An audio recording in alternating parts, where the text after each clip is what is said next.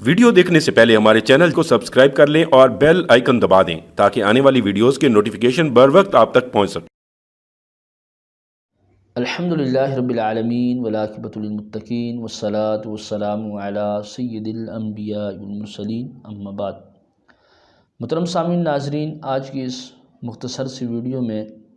استخارے کے متعلق ہم گفتگو کریں گے کہ استخارہ کرنا کیسا ہے،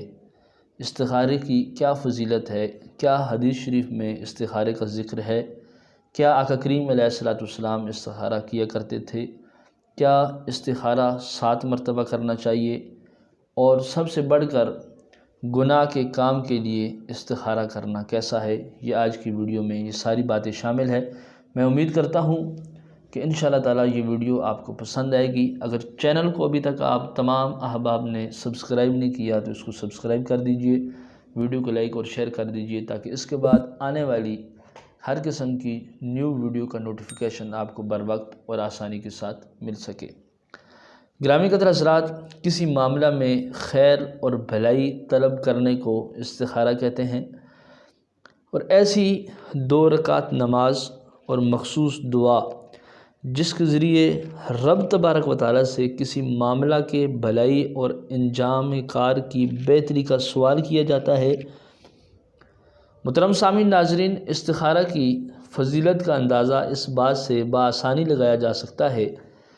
کہ اس کے ذریعے بندہ اپنے پروردگار سے کسی کام میں رہنمائی حاصل کرنے کا سوال کرتا ہے اور اس کام میں بہتری اور انجام خیر کے استدعا کرتا ہے۔ سیدنا سعد بن ابی وقاص رضی اللہ تعالیٰ عنہ روایت کرتے ہیں کہ رسول اللہ صلی اللہ علیہ وآلہ وسلم نے ارشاد فرمایا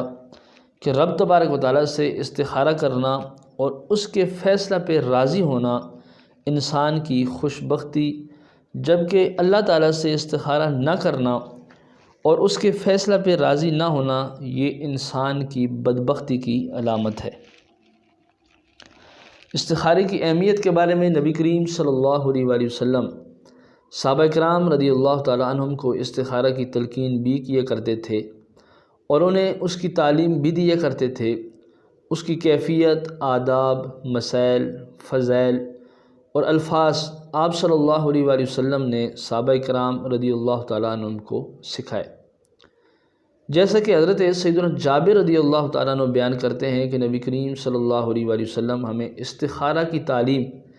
ایسے دیتے تھے جیسے قرآن مجید فرقان حمید کی سورہ مبارکہ سکھایا کرتے تھے، اور یہ حدیث پاک صحیح بخاری کے اندر موجود ہے۔ اس بیان سے اور اس حدیث سے یہ بات واضح ہوتی ہے کہ صحابہ کرام رضی اللہ تعالیٰ عنہم نے استخارہ کی تعلیم کو قرآن مجید کی تعلیم سے تشبیہ دی ہے، یعنی کہ بہت ضروری اس تعلیم کو قرار دیا ہے، جس سے اس کی اہمیت کا اندازہ لگانا کوئی مشکل بات نہیں ہے۔ محترم سامعین ناظرین، بہت سارے بڑے بڑے بزرگوں نے استخارے کی اہمیت پر اپنی اپنی کتابوں میں اس کا ذکر فرمایا، اور پھر استخارہ کی یہ حکمت ہے کہ اس بات میں کوئی شک نہیں ہے کہ استخارہ کی سب سے بڑی حکمت انسان کا اپنے پروردگار سے، اپنے رب سے ہر وقت رابطے میں رہنا ہے، اور ہر کام اور ہر حال میں رب تبارک و تعالیٰ سے بھلائی کا خواستگار ہونا ہے اور بھلائی چاہنا ہے تاکہ رب تبارک و تعالیٰ اس کے نیک اور جائز کاموں میں مزید برکتیں اور سعادتیں اور وسعتیں عطا فرما دے۔ محترم سامعین ناظرین، استخارہ کرنا بالکل جائز ہے اور احادیث مبارکہ سے ثابت ہے۔ حضرت جابر بن عبداللہ رضی اللہ تعالیٰ عنہ فرماتے ہیں کہ رسول اللہ صلی اللہ علیہ وآلہ وسلم ہمیں تمام کاموں میں استخارہ کی تعلیم فرماتے تھے، جیسا کہ قرآن کی صورت تعلیم فرماتے تھے۔ فرماتے ہیں کہ جب کوئی کسی کام کا ارادہ کرتا تو 2 رکعت نماز نفل پڑھتا، پھر وہ یہ دعا پڑھتا، اللہم انی استخیرک بعلمک، جو آپ کو اسکرین پر نظر آ رہی ہے۔ یہ پوری دعا پڑھتا اور پھر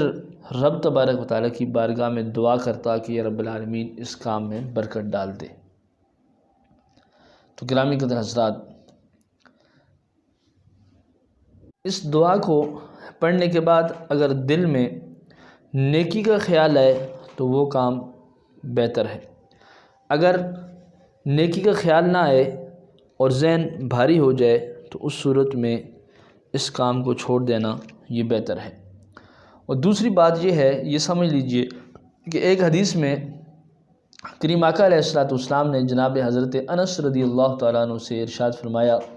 کہ اگر تم کسی کام کا ارادہ کرو تو رب تبارک و تعالیٰ سے اس میں 7 مرتبہ استخارہ کرو اور پھر نظر کرو کہ تمہارے دل پر کیا گزرا ہے۔ اگر دل میں خیر ہے، دل میں نیکی ہے،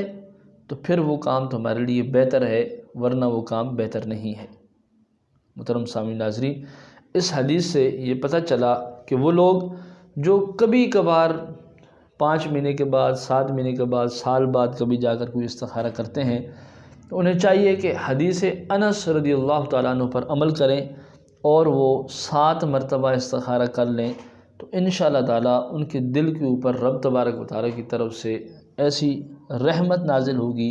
کہ ان کو پتہ چل جائے گا کہ ان کے کام کے اندر برکت ہے بھی یا نہیں۔ اگر برکت ہے، اگر دل میں نیک گمان گزرے تو پھر اس کام کو کر لینا چاہیے۔ اگر کچھ بھی نہ ہو، دل دھڑکے، یہ دھڑکن تیز ہو جائے یا عجیب سی کیفیت محسوس ہو تو اس صورت میں اس کام کو چھوڑ دیا جائے۔ گرامی قدر حضرات، استخارے کی نماز میں یہ پہلی رکعت کے اندر سورہ کافرون یہ پڑھی جاتی ہے، قل یا ایھا الکافرون، یہ سورہ مبارکہ، اور دوسری میں سورہ اخلاص یعنی قل ھو اللہ احد۔ اور مشائخ عظام فرماتے ہیں کہ پہلی میں وَرَبُّکَ یخلق ما یشاء ویختار یعلنون،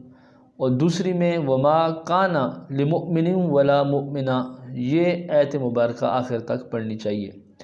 علامہ بدر الدین عینی رحمۃ اللہ علیہ فرماتے ہیں کہ مستحب ہے کہ پہلی رکعت میں سورہ فاتحہ کے بعد قل یا ایھا الکافرون پڑھے، اور استخارے کی دوسری رکعت کے اندر قل ھو اللہ احد پڑھے، اور اس کے بعد جو آپ کو اسکرین پر یہ دعا نظر آ رہی ہے یہ دعا پڑھے تو رب تبارک و تعالیٰ اس کے کام کے اندر مزید برکتیں اور وسعتیں اور سعادتیں پیدا فرما دے گا۔ محترم سامعین ناظرین، کیا ہم گناہ کے کام کے لیے استخارہ کر سکتے ہیں؟ یہ ایک دوست نے کمنٹس کر کے ہم سے پوچھا تھا، تو اس کے لیے جواب یہ ہے کہ گناہ کرنے یا نہ کرنے کے بارے میں استخارہ بالکل نہیں کر سکتے، کیونکہ حدیث پاک میں ہے کہ گناہ سے تو ہر حال میں ہمیں بچنا ہے، اور نزہۃ القاری میں یہ بات موجود ہے کہ استخارہ کی جو نماز ہے یہ مستحب ہے۔ محترم سامعین ناظرین، ایک سوال یہ بھی پیدا ہوتا ہے کہ استخارے کا مکمل جواب ہمیں کیسے ملے گا؟ یہ ایک دوست نے کمنٹس کر کے ہم سے پوچھا تھا، تو اس کے لیے 2 طریقے ہوتے ہیں جو فقہاء کرام نے، جو علماء کرام نے، جو بزرگان دین نے اپنی اپنی کتابوں کے اندر ذکر فرمائے، اور بزرگان دین سے سلسلہ چلتا ہوا جیسے آ رہا ہوتا ہے، وہ یہ کہ پہلا طریقہ یہ ہے کہ 7 مرتبہ استخارہ کرے، 7 مرتبہ استخارہ کرے، اور اس کے دل کے اندر جو بات جم جائے اسی کو اختیار کرے، جیسا کہ حدیث انس میں ابھی بھی میں نے آپ کو بتایا۔ اور دوسرا طریقہ گرامی قدر حضرات یہ ہے کہ مشائخ عظام فرماتے ہیں